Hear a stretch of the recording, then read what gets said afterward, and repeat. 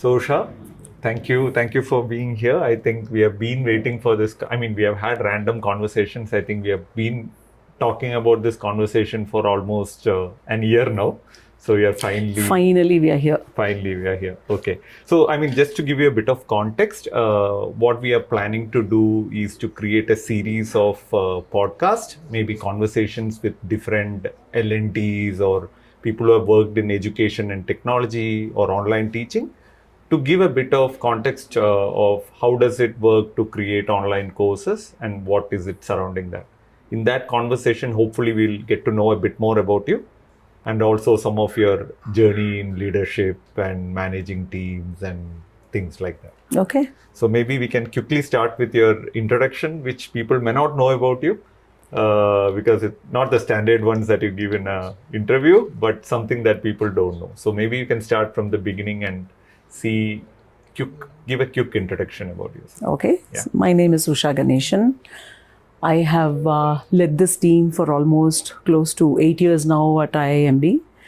I have a mathematics background Okay. and little bit of computer information systems, but I was not enjoying coding, but I was good at writing. So Okay. one friend of mine found that talent in me and then told me, like, why don't you just get into instructional design? So that's how I landed up in the e-learning space, even before it became a big thing. Can you share which is the first course that you have architected or in your space, and how was that experience? Because putting an online initial course is, I mean, when some university or an individual is trying to put a course, usually there are a lot of pieces surrounding it, right? There is camera, there is design, there is lesson plan, there is technology, somebody has to edit it, create quizzes.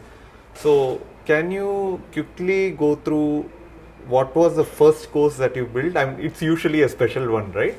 And what was the journey like? See, the very first course in my life that I have built is for Gap in the Okay. US, Okay. for the company Gap. So they had some courses for employees, like how to deal with their, customers. Okay. So like it was very interesting, because like I've always been from the buyer side, right? Okay.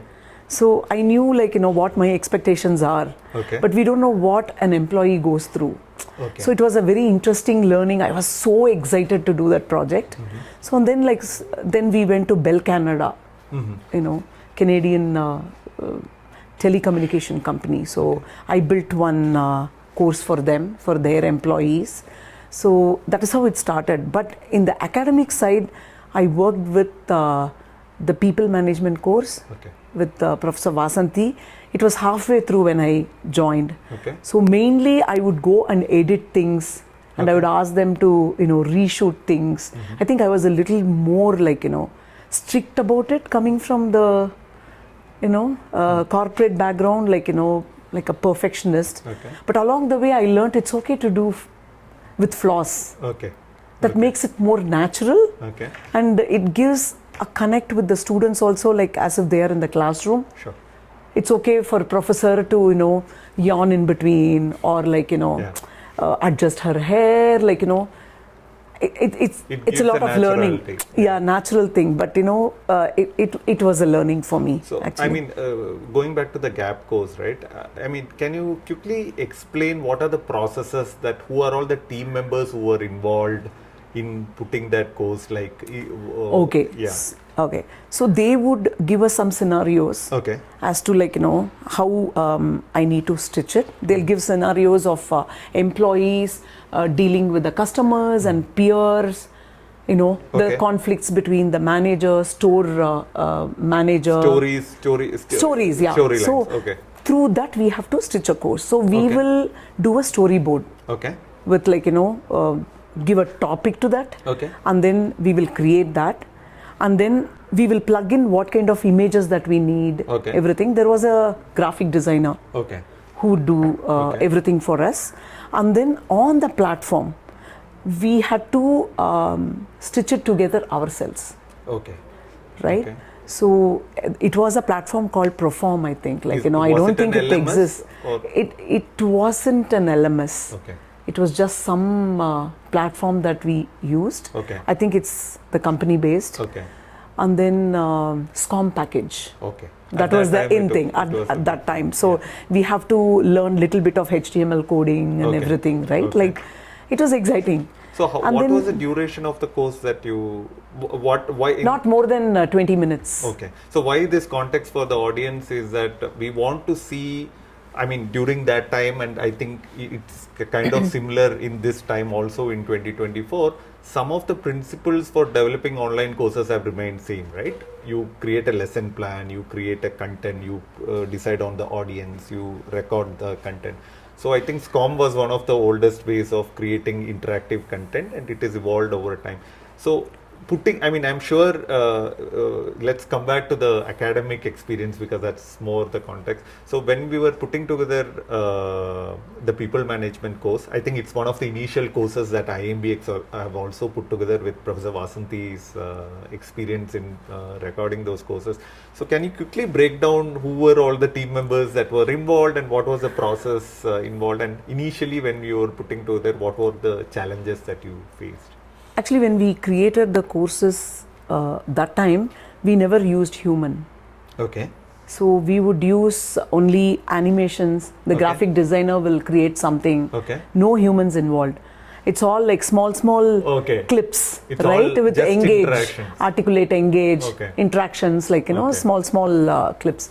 But here, like, we have evolved, Yeah. and I have also learned a lot Yeah. along the way. So here we had an instructional designer, Okay. a graphic designer, Okay. a full-fledged studio, and Okay. 2 cameramen. Okay. And then there is a content creator who had the domain knowledge of people management, Okay. OBHR. Okay. So who could, work with the faculty Okay. and, help her come up with concepts, quizzes, assessments, and then, the flow of the content Okay. to do analysis and everything. So like, it was lot more people got involved. Okay. Just from like 2 people course Okay. to almost like, right now our team is about 45. Correct. So every course we have at least like 7 or 8 people's input nowadays. Okay. Okay. So Before I mean the stitching it growth, together. yes, exactly. So we get different perspectives, Okay. we get different ideas, Yeah. like pick people's brains. So that way, like, we also look at the point of view of a learner, Okay. right? When we do a pilot of a course or a program, we give it to students also to give their perspectives. Do you think a new university who is putting together a course will need, because you work with small teams and also a large team towards the latter part of your career, do you think for setting up a course it's very essential to have such a large team? I don't think so.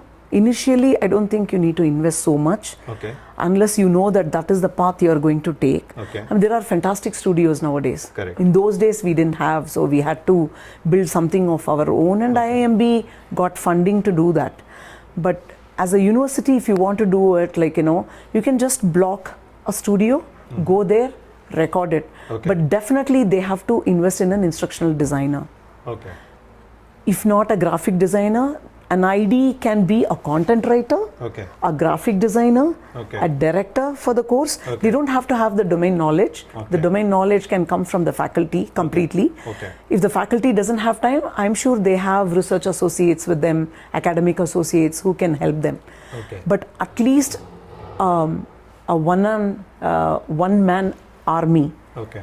like an instructional designer, is a must. Okay. So imagine I'm a faculty in one of the universities sitting there and thinking, okay, now there are a lot of opportunities to teach online. From putting your shoe as an instruction designer, they may not be able to hire an instruction designer.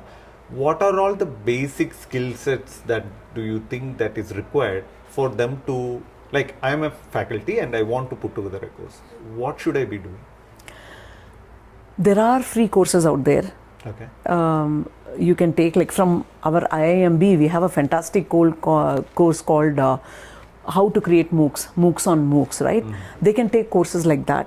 And then that will teach you as to from analysis to, course curriculum, how to develop, how to design, how to come up with assessment, evaluation, and then how to deliver, what are the different modalities you can present the content, what are the different quizzes, what are the pedagogies. I think like it'll be good for a faculty to start with some kind of learning as to how to put up a course together. You don't have to take an ID course, instructional design course, or the least you can do is like go on different platform. There are free courses available plenty. Correct. Go and see different varieties of courses to see like how they have created. So that will be the starting point for any faculty to start with.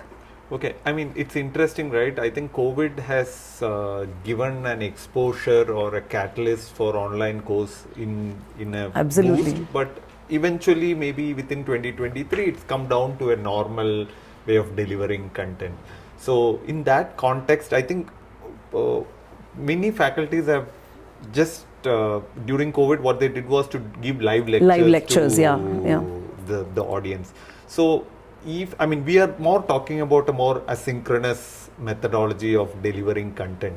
So like if a faculty is wanting to start delivering asynchronous content, what would be the first step that he or she should take to get started in this journey, especially in the context of SWAYAM also now providing facilities that the government is pushing a lot of online learning. Yeah. So in that context, I am a faculty and I want to deliver this content. What would no background, I've never taught online, always been taught physically, but okay, I have delivered like Zoom lectures.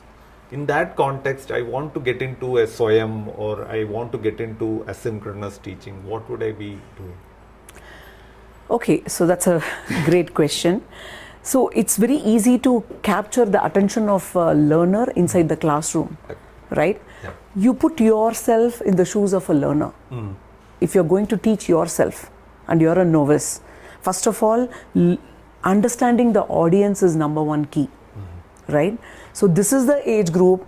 For example, like I'm going to teach BA students, undergrad students, like, think of their mindset, like, they're coming from 12th grade and they don't have that kind of a maturity. I don't know whether they'll have the motivation to continuously watch your lectures. Correct. To understand, right? Like, what are the different aspects that you can bring online? The different pedagogies, right?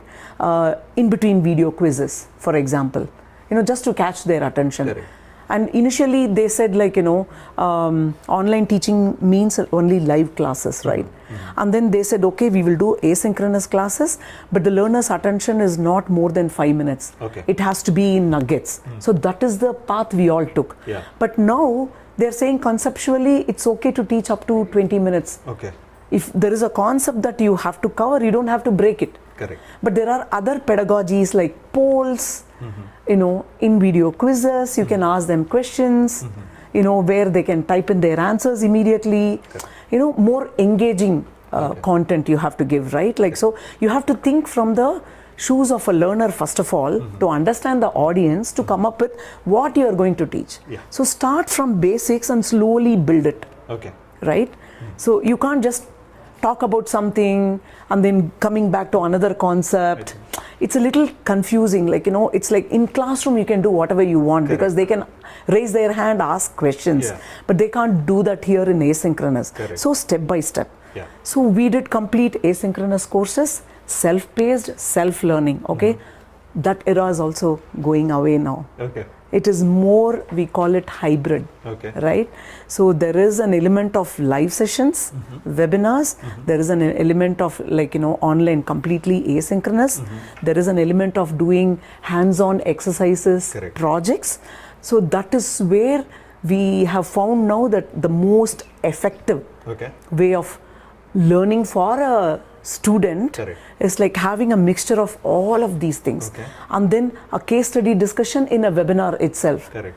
keeping them engaged. Good. So like, that is where we are moving right now. Maybe you can throw some light into one of our courses on hospital management where we have used all this methodology. Absolutely. So can you quickly maybe share how does a learner journey happens in a hybrid environment, hybrid courses? Absolutely. So let us say like, Professor Vasanti's people management course.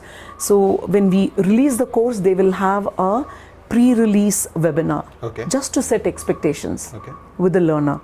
And professor also will be part of it, and she'll ask questions about like, if you're managing people, what is one challenge that you all go through when you're managing, people, right? And do and people especially come face-to-face? Face-to-face, it's a live session. Okay. It's and like, they can join online also. Yeah, completely. I mean, online courses, we do only online webinars. Correct. So it is synchronous.